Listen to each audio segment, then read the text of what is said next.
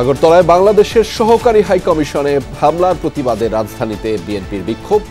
ভারতে কূটনীতিকদের নিরাপত্তায় শান্তিরক্ষী বাহিনীর সহায়তা নেয়ার আহ্বান। ভারতের রাষ্ট্রীয় পৃষ্ঠপোষকতায় বাংলাদেশের বিরুদ্ধে ক্রমাগত অপপ্রচার চালানো হচ্ছে। ভারত কখনোই সহাবস্থানের লিটারেসি আয়ত্ত করেনি। সাম্প্রতিক টানাপোড়েনে জকিগঞ্জ শুল্ক স্টেশনের দ্বিতীয় দিনের মতো বন্ধ আমদানি রফতানি। দেশের অন্য স্থলবন্দরে স্বাভাবিক রয়েছে কার্যক্রম। 16 বছরে দেশের মোট ঘুষ লেনদেন প্রায় 1.5 লাখ কোটি টাকা, সবচেয়ে বেশি ভূমিতে, এরপরই পাসপোর্ট আর বিচার বিভাগের অবস্থান, জরিপ টিআইবির। রাজধানীর ঝিলপার সড়কের রোলার কোস্টার ফিলিং হাতিরঝিল প্রকল্পের আওতায় থাকায় কাজ করা যায়নি বলছে ডিএনসিসি। যাতায়াতে আমার জীবন একবারেই শেষ, কারণ এত ভাঙা, এত পেরেশানি। দৈনিক আপনার একটা দুর্ঘটনা আছেই। টেন্ডার প্রসেসের মাধ্যমে আমরা ওয়ার্ক অর্ডার দিয়ে কাজটি সম্পন্ন করব। অলটুগেদার আশা করছি আমরা 2 মাসের মধ্যে স্টার্ট করতে পারবো কাজটি। ইসরায়েল হিজবুল্লাহ পাল্টাপাল্টি হামলা, লেবাননে 11 জনের মৃত্যু, তেল আবিবের ষড়যন্ত্রী উত্তাল সিরিয়া, অভিযোগ ইরানের।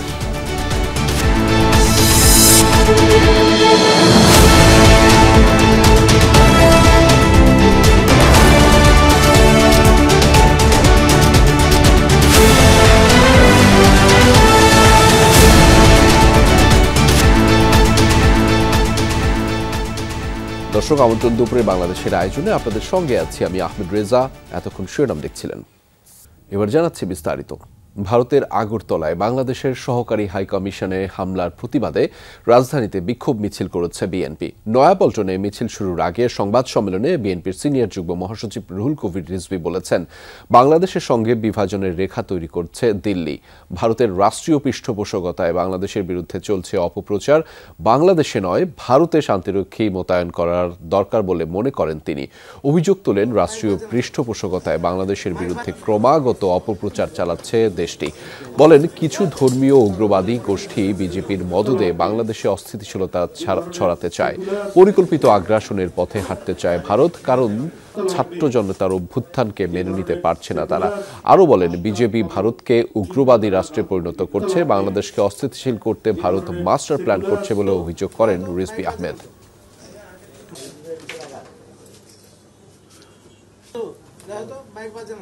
মিথ্যা কথা চেঁচানোর রেওয়াজ দীর্ঘদিনের। ভারতের রাষ্ট্রীয় পৃষ্ঠপোষকতায় বাংলাদেশের বিরুদ্ধে ক্রমাগত অপপ্রচার চালানো হচ্ছে। ভারত কখনোই সহাবস্থানের লিটারেসি আয়ত্ত করেনি, যে কারণেই আশপাশের দেশগুলোর পরিচিত পরিপার্শ্বকে উপেক্ষা করে আগ্রাসনের পথ ধরে। আগরতলায় বাংলাদেশি সহকারী হাইকমিশনে হামলার প্রতিবাদে রাজধানীতে বিক্ষোভ মিছিল করছে বিএনপি। আগরতলায় বাংলাদেশের সহকারী হাইকমিশনে হামলার প্রতিবাদে সেই খবরাখবরগুলোই আমরা আপনাদেরকে দেখাচ্ছিলাম। দর্শক, আগরতলায় বাংলাদেশের সহকারী হাইকমিশনে হামলার প্রতিবাদে ঢাকায় ভারতীয় দূতাবাস ঘেরাও কর্মসূচির ডাক দিয়েছে বাংলাদেশ সিভিল সোসাইটি। সেখানে আছেন সহকর্মী আখলাকুস সাফা, তার মাধ্যমে জানাবো সেখানকার সবশেষ পরিস্থিতিগুলো। সাফা, ভারতীয় দূতাবাস এলাকায় নিরাপত্তা ব্যবস্থা আপনি কেমন দেখছেন? সার্বিক পরিস্থিতি সেখানে কি রয়েছে, কি ঘটছে মূলত সেখানে, সেটি জানতে চাই আপনার মাধ্যমে। রেজা, আমি কিন্তু 2 ঘন্টা যাবৎ পুরো এলাকাটা দেখলাম এবং যেটি দেখছি সেটি হচ্ছে বাংলাদেশে ভারতের দূতাবাস কিন্তু নিরাপদ, এবং কোন স্তরের নিরাপদ? 3 স্তরের নিরাপত্তা কিন্তু এখানে দেওয়া হয়েছে। এবং যেটি চোখে পড়েছে, আপনি নিশ্চয়ই জানেন যে এক্সিট এবং এন্ট্রি গেট যেগুলো আছে সেগুলোতে তো আছেই। এছাড়া ওই পিছনের যে লেকের যে অংশটি আছে, সেই লেকের অংশ জুড়ে যে বাউন্ডারি যে জায়গাটি, সেই জায়গাটিতেও কিন্তু আইনশৃঙ্খলা রক্ষাকারী বাহিনীর সদস্যরা তারা কিন্তু মোতায়েন আছেন। আমরা দেখতে পাচ্ছি যৌথ বাহিনী অর্থাৎ সেনাবাহিনীর সদস্যরা যেমনি আছেন, পুলিশ সদস্যরা আছেন, এপিবিএনের সদস্যরা আছেন এবং কোস্টগার্ডের সদস্যদেরকে দেখা গেছে তারা এই নিরাপত্তার জন্য এই যে গুদারাঘাটের যাওয়ার যে রাস্তাটি, অর্থাৎ ভারতীয় দূতাবাসে ঢোকার যে পথটি, এই পথটিতে কিন্তু যান চলাচল একেবারেই বন্ধ করে দিয়েছে। শুধুমাত্র এলাকার বাসিন্দারা যারা তারাই কিন্তু পরিচয় দিয়ে তারা সেই পর্যন্ত যেতে পারছেন। দূতাবাসেও যারা প্রবেশ করছেন তাদেরকে কিন্তু পুরোপুরি তল্লাশি করে সেই পর্যন্ত তাদেরকে যেতে দেওয়া হচ্ছে এখন পর্যন্ত আমরা যেতে দেখলাম। এবং আইনশৃঙ্খলার দায়িত্বে সেনাবাহিনীর যে ঊর্ধ্বতন কর্মকর্তারা আছেন তাদের সঙ্গেও আমার যে বিষয়গুলো নিয়ে কথা হলো, এবং তারা বলছেন যে কোনো ধরনের নিরাপত্তা থ্রেট তারা এখনও পর্যন্ত পাননি।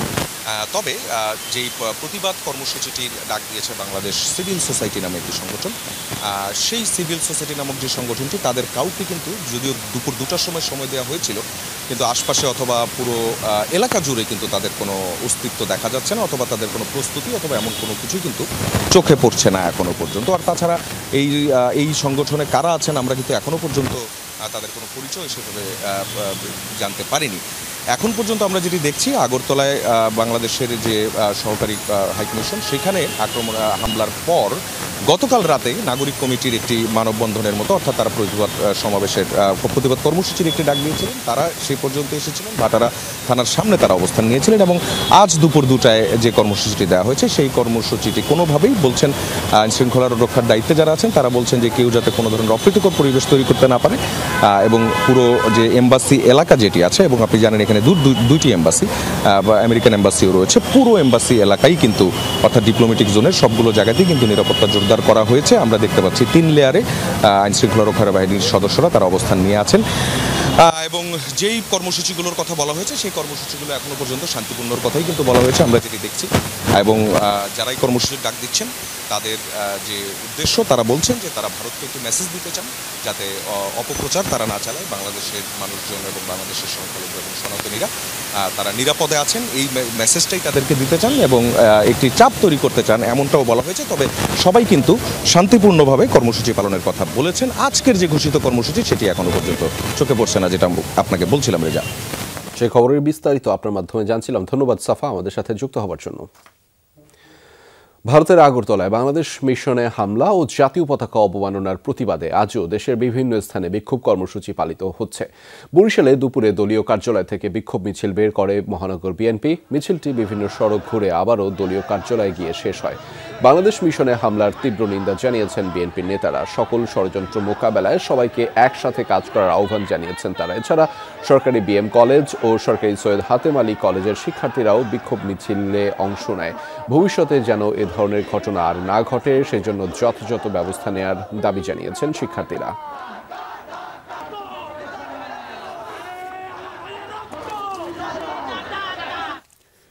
এদিকে কূটনৈতিক মিশনে নিরাপত্তা দিতে না পারায় কলকাতায় শান্তিরক্ষী বাহিনী নিয়োগ করার আহ্বান জানিয়েছেন গণ অধিকার পরিষদের সাধারণ সম্পাদক মোহাম্মদ রাশেদ খান। সকালে সংবাদ সম্মেলনে তিনি বলেন, দেশি বিদেশি ষড়যন্ত্র মোকাবেলায় জাতীয় ঐক্যের কোনো বিকল্প নেই। এই পরিস্থিতিতে জাতীয় সংলাপ আয়োজনের আহ্বান জানিয়েছেন তিনি। বলেছেন, বিএনপি ও জামায়াতের সঙ্গে যেমন সংলাপ হয়েছে তেমনি সকল রাজনৈতিক দলের সাথে আলোচনায় বসা প্রয়োজন। বলেন, গণ অধিকার সবসময় আওয়ামী লীগকে নিষিদ্ধের পক্ষে, 14 দলের সকল সহযোগীদেরও নিষিদ্ধের দাবি জানিয়েছেন তিনি। মিথ্যাচার করে বাংলাদেশে কলকাতার মুসলমান এবং হিন্দু সম্প্রদায় এবং একই সাথে এই হিন্দু জঙ্গি গোষ্ঠীকে নিয়ন্ত্রণ করার জন্য জাতিসংঘ কলকাতায় শান্তিরক্ষী বাহিনী সেখানে তারা মোতায়েন করে। বাংলাদেশে ধর্মের কারণে কোনো সমস্যার সৃষ্টি হয় না, যা হয় রাজনৈতিক কারণে। সকালে ঢাকা বিশ্ববিদ্যালয়ের মধুর ক্যান্টিনে এক সংবাদ সম্মেলনে এই মন্তব্য করেছেন সার্বভৌমত্ব আন্দোলনের সংগঠকরা। সংবাদ সম্মেলনে বলা হয়, আগরতলায় বাংলাদেশের সহকারী হাইকমিশনে হামলার দায় এড়াতে পারে না ভারতীয় সরকার। দেশের সম্প্রীতির বন্ধন বিনষ্ট করতে ভারতের কিছু রাজনৈতিক নেতা ষড়যন্ত্র করছে বলে অভিযোগ করা হয়। বক্তারা বলেন, যে কোনো দেশের কূটনৈতিক মিশনে হামলা ভিয়েনা কনভেনশনের ভঙ্গের শামিল। বাংলাদেশকে পদদলিত করে রাখার জন্যই ভারত আওয়ামী লীগের অবৈধ নির্বাচনকে সমর্থন দিয়েছে বলে মন্তব্য করেছেন বক্তারা। দক্ষিণ এশিয়ায় ভারতের কোনো বন্ধু নেই উল্লেখ করে বক্তারা বলেন, দেশটির যত হুমকি দিবে ততই বাংলাদেশ ঐক্যবদ্ধ হবে। বাংলাদেশ সর্বদা ধর্মীয় সম্প্রীতির দেশ, যেখানে ধর্মের কারণে কোনো সমস্যার সৃষ্টি হয় না, যা হয় তা রাজনৈতিক কারণে। আমাদের বাংলাদেশ সরকারের প্রতি অনুরোধ থাকবে, তারা যেন ভারত থেকে সাময়িকভাবে আমাদের সমস্ত কর্মকাণ্ড সহ আমাদের কমিশনগুলোকে বন্ধ রাখে। পুরো জাতি এখন এক হয়েছে, বাংলাদেশি সমস্ত মানুষ এখন জেগে উঠেছে। সেই দিন আর নাই যে ভারত যা বলবে আর আমরা তার দাবিদারি করব, সেই সরকার আর নাই আমাদের এখানে। ভারতের আসামের করিমগঞ্জে সনাতনী ঐক্যমঞ্চের প্রতিবাদের মুখে সিলেটের জকিগঞ্জ শুল্ক স্টেশন দিয়ে দ্বিতীয় দিনের মতো আমদানি রফতানি কার্যক্রম বন্ধ রয়েছে। শুল্ক স্টেশনের রাজস্ব কর্মকর্তা জাহাঙ্গীর হোসেন জানিয়েছেন, সকাল থেকে ভারতের কোনো পণ্য বাংলাদেশে প্রবেশ করেনি, বাংলাদেশ থেকেও পণ্য যায়নি ওপারে। এ বিষয়ে ভারতীয় কর্তৃপক্ষের কেউ যোগাযোগও করেনি বলে জানিয়েছেন রাজস্ব কর্মকর্তা। গতকাল দুপুরের দিকে ভারতের করিমগঞ্জ শুল্ক স্টেশন এলাকায় বিক্ষোভ করে ভারতের সনাতনী ঐক্যমঞ্চ সংগঠনের সদস্যরা। পরে আমদানি রফতানি সহ সব ধরনের বাণিজ্যিক কার্যক্রম বন্ধ করে দেয় তারা। জকিগঞ্জ শুল্ক স্টেশন ছাড়া বেনাপোল, হিলি, আখাউড়া সহ দেশের অন্যান্য স্থলবন্দর দিয়ে আমদানি রফতানি কার্যক্রম স্বাভাবিক রয়েছে। আগরতলায় বাংলাদেশের সহকারী হাই কমিশনে উগ্র হিন্দুত্ববাদীদের তাণ্ডবের ঘটনায় 7 জনকে গ্রেফতার করা হয়েছে। এই ঘটনায় গাফিলতির অভিযোগে বরখাস্ত করা হয়েছে পুলিশের 3 কর্মকর্তাকে। পশ্চিম ত্রিপুরা পুলিশের এসপি কিরণ কুমারের বরাত দিয়ে এই তথ্য জানিয়েছে পিটিআই, ইন্ডিয়ান এক্সপ্রেস সহ ভারতীয় বিভিন্ন গণমাধ্যম। এছাড়া ত্রিপুরা পুলিশের আরেক কর্মকর্তাকে দায়িত্ব থেকে সরিয়ে পুলিশ সদর দফতরে পাঠানো হয়েছে। পাশাপাশি পুলিশ বাদী হয়ে মামলা করেছে। এরই মধ্যে তদন্ত শুরুর কথাও জানিয়েছে কর্তৃপক্ষ। সোমবার আগরতলার বাংলাদেশ সহকারী হাইকমিশনের তাণ্ডব চালায় কট্টর হিন্দুত্ববাদীরা। ভাঙচুর করা হয় বিভিন্ন স্থাপনা, ছিঁড়ে ফেলা হয় বাংলাদেশের জাতীয় পতাকা।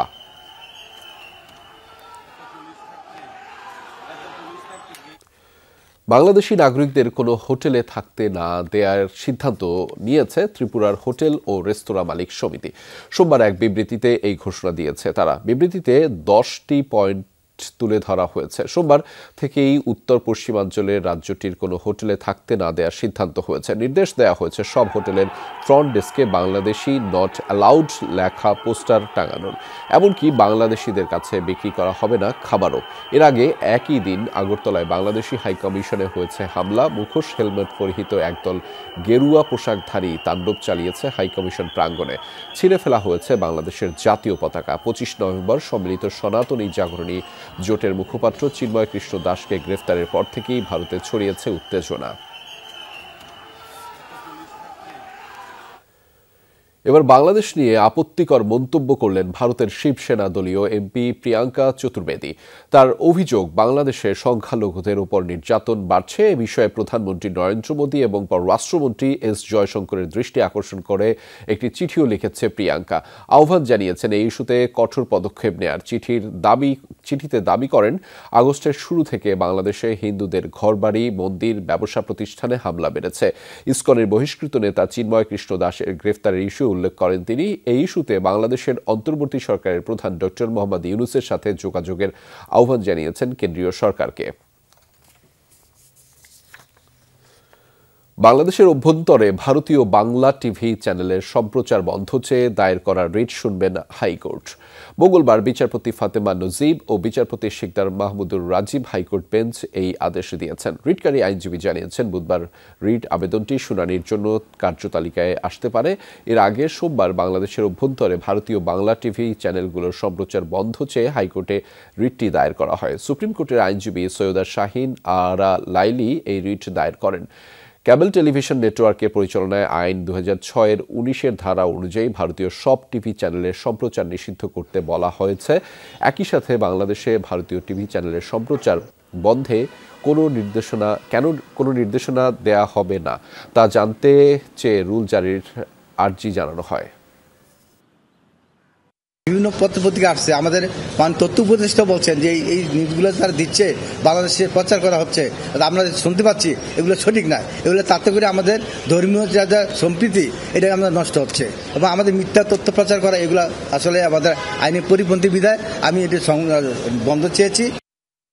সেবা খাতের মধ্যে পাসপোর্ট নিতে গিয়ে সবচেয়ে বেশি দুর্নীতির শিকার হয়েছে মানুষ। তবে ব্যক্তি পর্যায়ে টাকার অঙ্কে বেশি ঘুষ দিতে হয়েছে বিচার পেতে গিয়ে। সারা দেশে 2023 সালে বিভিন্ন সেবা খাত মিলে ঘুষের পরিমাণ 10,000 কোটি টাকা।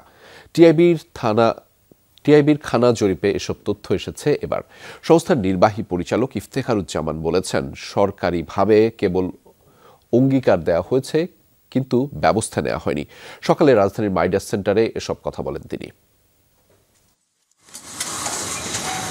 জন্ম নিবন্ধন, জাতীয় পরিচয়পত্র ও পাসপোর্টের তথ্য সমন্বয় শুরু হয়েছে বেশ কয়েক বছর আগে থেকেই। তবু প্রতি সেবার জন্য বায়োমেট্রিক দিতে হয় আলাদা, সশরীরে। ঘন্টার পর ঘন্টা লাইনে দাঁড়িয়েও কাজ শেষ হয় না। আবার পাসপোর্ট ভেরিফিকেশনের নামে রয়েছে বাধ্যতামূলক ঘুষের প্রচলন। এমন সব অভিযোগ সেবা গ্রহীতাদের। টিআইবি বলছে, সেবা খাতে সবচেয়ে বেশি দুর্নীতি পাসপোর্ট বিভাগে। তবে পকেট খরচ বেশি হয় বিচার বিভাগে গেলে। মোট যে ঘুষ দিতে বাধ্য হয়েছে তার পরিমাণ হচ্ছে 10,902 কোটি টাকা, যেটি আমাদের সংশ্লিষ্ট বাজেটের বছরের বাজেটের 1.43%। 2009 যেটা 2010 প্রকাশিত হয়েছিল তার থেকে হিসাব করে আমাদের এই বছরের জরিপ পর্যন্ত শুধুমাত্র সেবা খাতে ঘুষ লেনদেনের জন্য 1,46,252 কোটি টাকা ঘুষ দিতে হয়েছে।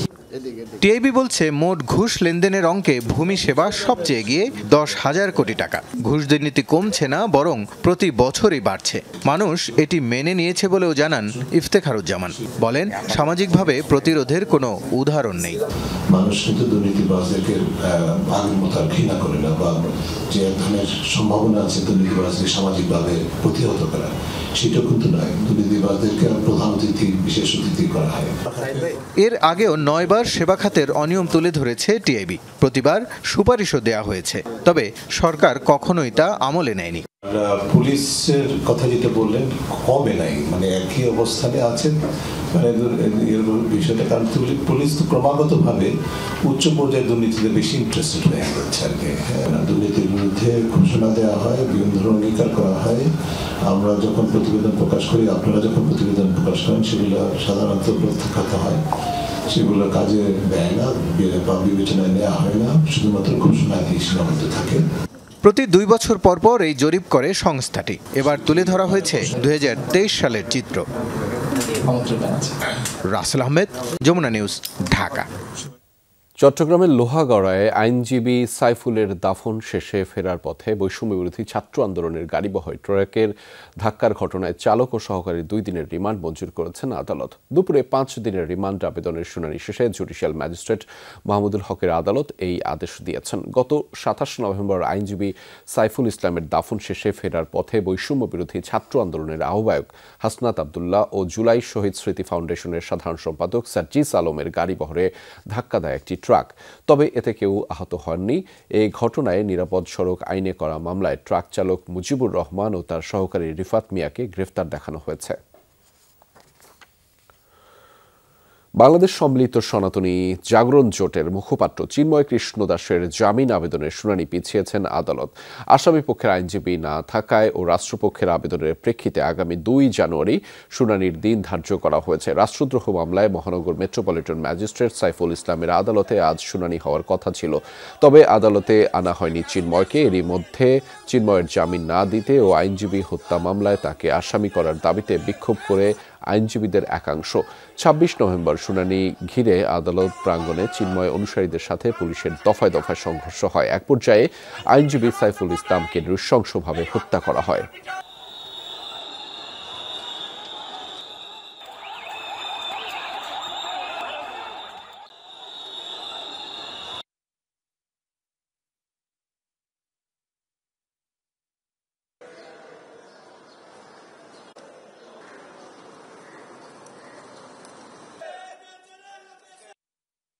আজকে আসামি পক্ষের কোন লোক মামলা শোনার জন্য উপস্থিত ছিল না, অংশগ্রহণ করে নাই, যার কারণে এটা আগামী 2-1 মামলা শুনানি হবে, এই তারিখটা ধার্য করা হয়েছে।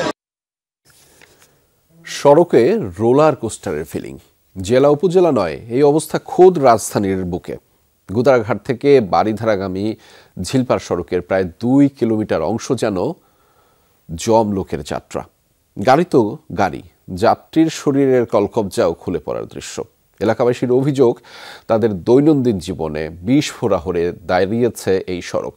সহকর্মী ভাস্কর ভাদুরী দেখেছেন সবকিছু এবং সেটি নিয়ে প্রতিবেদন তৈরি করেছেন। ক্যামেরায় ছিলেন রাকিবুল ইসলাম।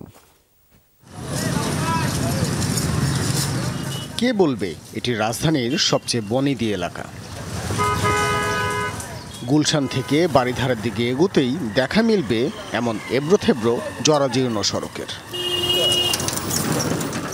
হাতির ঝিলের পাশেই এই সড়কটি লেক রোড কিংবা ঝিলপার সড়ক হিসেবেই বেশি পরিচিত। নামে কিংবা পরিবেশে নান্দনিকতা থাকলেও সড়কে তার ছিটে ফোটা নেই। প্রায় 2 কিলোমিটার দৈর্ঘ্যের এই সড়কটির অধিকাংশ জুড়েই রয়েছে খানাখন্দ। দেখে মনে হবে যুদ্ধবিধ্বস্ত সড়ক। পরিস্থিতি এতটাই খারাপ যে মূল সড়কেই সুয়ারেজের পানি উপচে পড়ছে 24 ঘন্টা জুড়ে। মানে প্রতিদিন আমি 4 বার যাতায়াতে আমার জীবন একবারেই শেষ, কারণ এত ভাঙা, এত পেরেশানি। কখনো কখনো এমন হচ্ছে ব্যাগ পড়ে যাচ্ছে, ব্যাগও পড়ে যাচ্ছে, আবার উঠাচ্ছি, বাচ্চাও পড়ে যাওয়ার উপক্রম, প্লাস আমাদের ব্যাক পেন করে, অনেক অবস্থা খারাপ, মানে আর নিতে পারছি না। দৈনিক আপনার একটা দুর্ঘটনা আছেই, রিক্সা হয় উল্টে যাইতেছে, সিএনজি না পড়ে যাইতেছে। গুলশানে একদম পাশের রাস্তায় খুব চকচকে ঝকঝকে। আমরা যে জায়গায় ঠিক অপোজিট দিয়ে আমরা যাচ্ছি, আমরা কন্টিনিউ একটা হ্যারাসমেন্টের শিকার হচ্ছি এই রাস্তায়। এলাকাবাসীর দাবি 5 বছর আগে সড়ক চালু হওয়ার পর আর দেখা মেলেনি কর্তৃপক্ষের। 2 কোটি মানুষের এই শহরে যানজট মুক্ত সড়কের দেখা পাওয়াই ভার।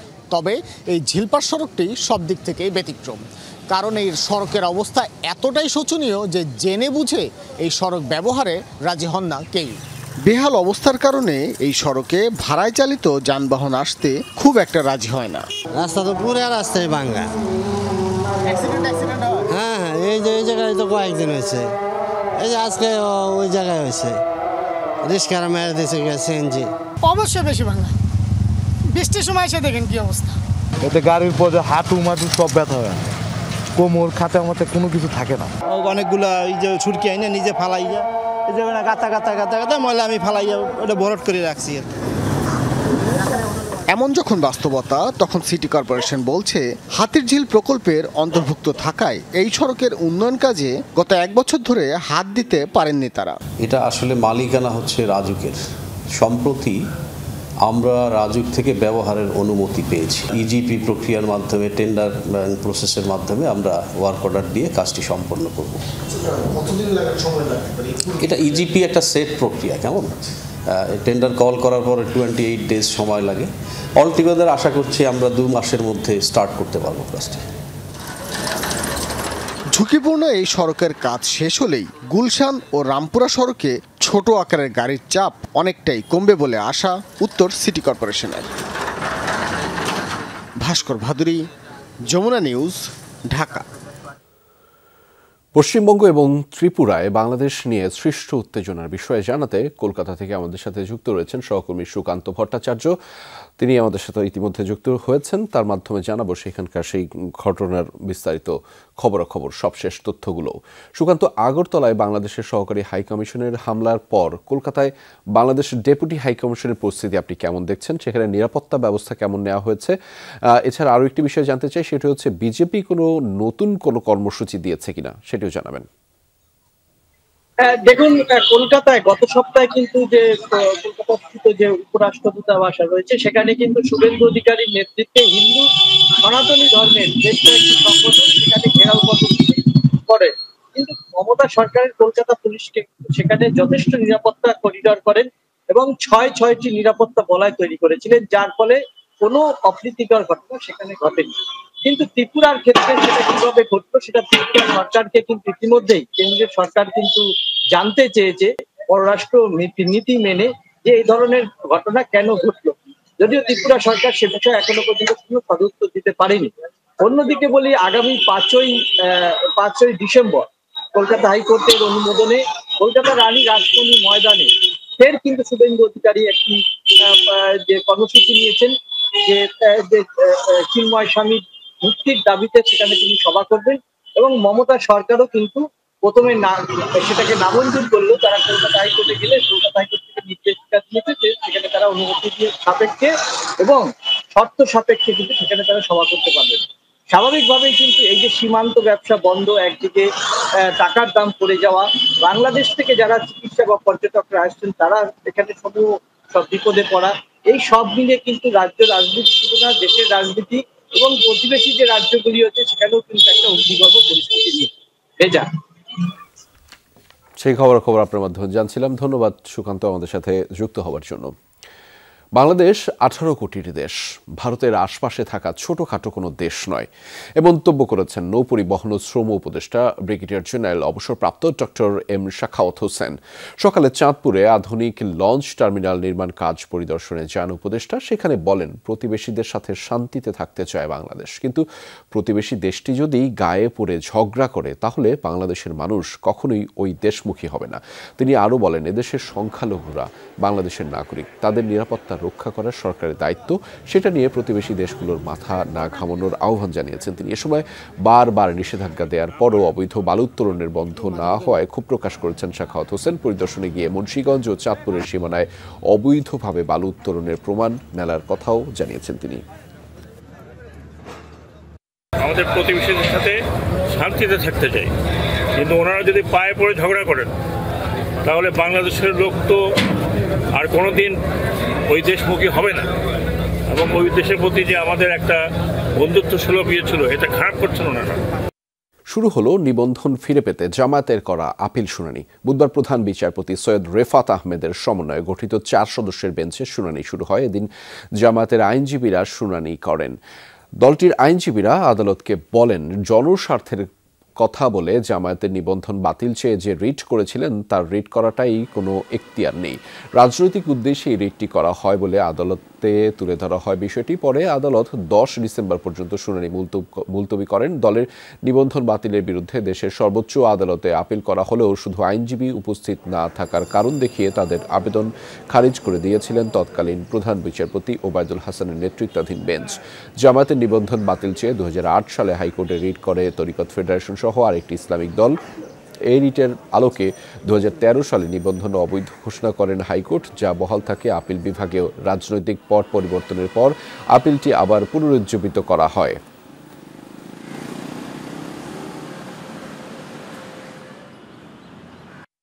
ইলেকশন কমিশন কিন্তু হাইকোর্ট ডিভিশনে জামাত ইসলামীর পক্ষেই তারা লিখিত এবং মৌখিক সাবমিশন রেখেছে, কারণ তারাই তো রেজিস্ট্রেশন দিয়েছিলেন।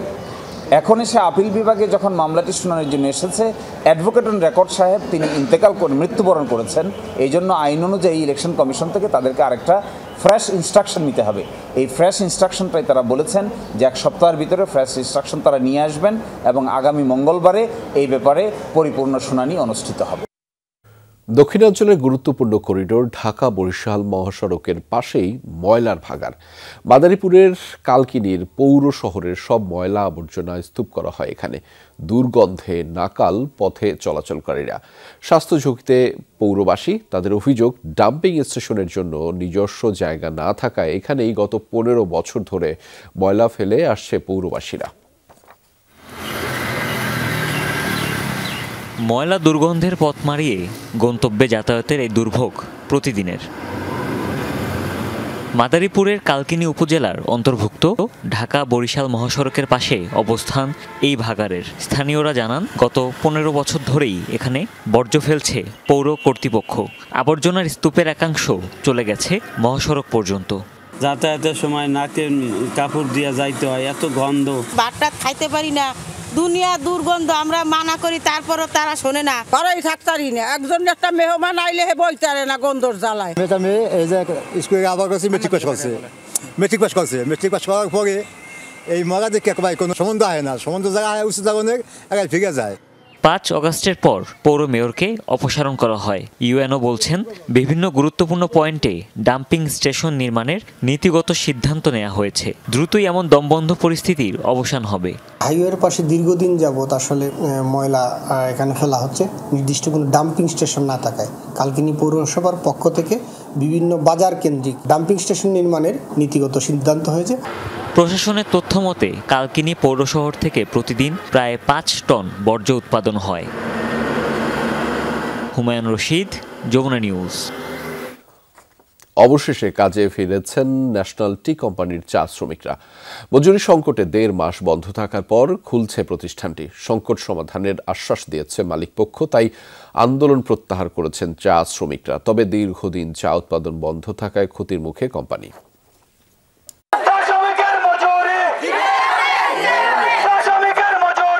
বকেয়া মজুরির দাবিতে গেল 21 অক্টোবর থেকে কর্মবিরতিতে ছিলেন ন্যাশনাল টি কোম্পানির চা শ্রমিকরা।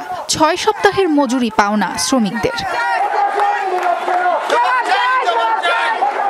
কর্মহীন হয়ে পড়ায় ধার দেনা করে দিন পার হয়েছে হতদরিদ্র মানুষগুলোর। শেষমেশ 1 ডিসেম্বর শ্রীমঙ্গলে বিভাগীয় শ্রম দপ্তরের কার্যালয়ে ত্রিপক্ষীয় আলোচনা সভা হয়। এতে এনটিসির মালিকপক্ষ, স্থানীয় পঞ্চায়েতের ও চা পরিবারের ছাত্র যুবক নেতৃবৃন্দ উপস্থিত ছিলেন।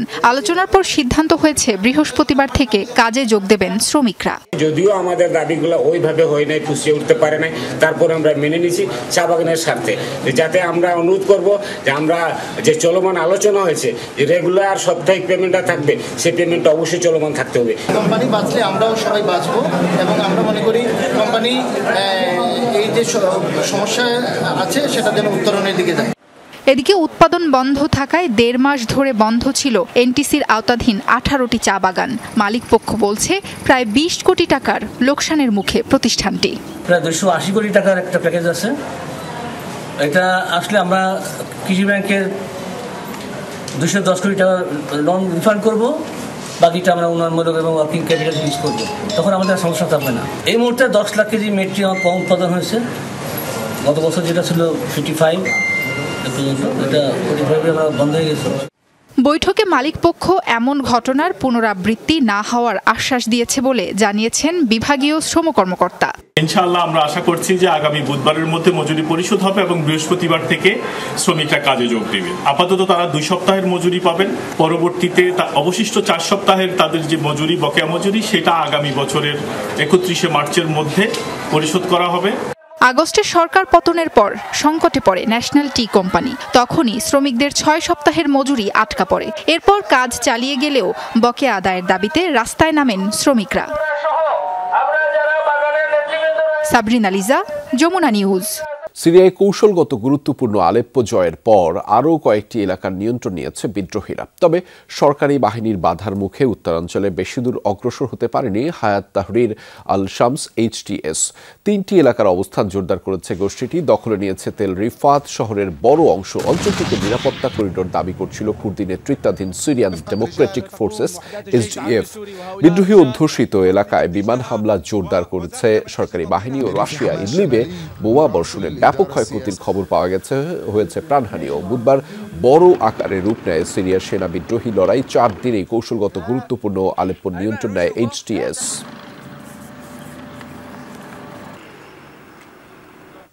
ইসরায়েলের ষড়যন্ত্রে উত্তাল সিরিয়া, এমন অভিযোগ তুলেছে মধ্যপ্রাচ্যের পরাশক্তি ইরান। দাবি, দখলদারিত্ব নিশ্চিতে সিরিয়ার নতুন করে অস্থিতিশীলতা তৈরিতে মদত দিচ্ছে নেতানিয়াহু প্রশাসন। যুক্তরাষ্ট্রসহ পশ্চিমাদের দিকেও আঙুল তুলেছে তেহরান। সার্বভৌমত্ব রক্ষায় সিরীয় সরকারকে সব ধরনের সহযোগিতার আশ্বাস দিয়েছে পেজেশকিয়ান প্রশাসন।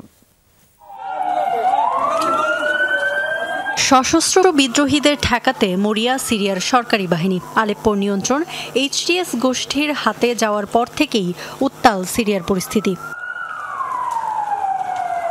ইরান বলছে ইসরায়েলের মদদেই নতুন করে অস্থিতিশীল হয়ে উঠছে সিরিয়া। মধ্যপ্রাচ্যকে অস্থিতিশীল করাই নেতানিয়াহু প্রশাসনের মূল উদ্দেশ্য, দাবি তেহরানের। ভূমি দখলে নেয়ার নেশায় সিরিয়ার গৃহযুদ্ধকে আরও উস্কে দিচ্ছে জায়নবাদীরা, অভিযোগ তেহরানের। বিভিন্ন ইসলামী গ্রুপকে ব্যবহার করে পুরো মধ্যপ্রাচ্যের নিরাপত্তায় বিঘ্ন সৃষ্টিত নেতানিয়াহু প্রশাসনের বহু পুরনো চক্রান্ত। সন্ত্রাসবাদের ভয়াবহতা মধ্যপ্রাচ্যই জানে। তাদের পুনরুত্থান বন্ধে তাই সবাই এক হয়ে কাজ করবে। যুক্তরাষ্ট্রসহ পশ্চিমাদের দিকেও আঙুল তুলেছেন ইরানের প্রেসিডেন্ট। অভিযোগ, বিশ্ববাসীর কাছে মধ্যপ্রাচ্য সম্পর্কে ভ্রান্ত ধারণা তৈরি করতে অঞ্চলটিতে ইচ্ছাকৃতভাবে নানা সমস্যার সৃষ্টি করে ইউরোপ আমেরিকা। পশ্চিমারা সবসময় মধ্যপ্রাচ্যে নাক গলাতে চায়। মধ্যপ্রাচ্যের দেশগুলো নিজেরা নিজেদের সমস্যার সমাধান করুক তা তারা চায় না। ইচ্ছাকৃতভাবে তারা নানা ধরনের সমস্যা তৈরি করে রাখে মধ্যপ্রাচ্যে। মধ্যপ্রাচ্যের যে কোনো দেশের আঞ্চলিক অখণ্ডতা রক্ষায় যা প্রয়োজন ইরান তা করবে বলে অঙ্গীকার করেন পেজেশকিয়ান। যে কোনো দেশের আঞ্চলিক অখণ্ডতা লঙ্ঘনের জন্য কোনো অজুহাতই যথেষ্ট নয়। যে কোনো মূল্যে মধ্যপ্রাচ্যের সব দেশের আঞ্চলিক অখণ্ডতা রক্ষা করতে হবে, আর তা নিশ্চিতে জঙ্গিবাদের অবসান ঘটাতে যা যা প্রয়োজন তা ইরান করবে। তেহরান কোনো যুদ্ধ চায় না, শান্তি আর নিরাপত্তার জন্যই আমাদের লড়াই। রোববার সিরীয় প্রেসিডেন্ট বাশার আসাদের সাথে সাক্ষাৎ করেছেন ইরানের পররাষ্ট্রমন্ত্রী আব্বাস আরাকসি। আশ্বাস দেন সব ধরনের সহায়তার। ইফাত আরা খন্দকার, যমুনা নিউজ। দর্শক, এই ছিল দুপুরে বাংলাদেশের আয়োজনে। এতক্ষণ সাথে থাকার জন্য আপনাদের সবাইকে ধন্যবাদ।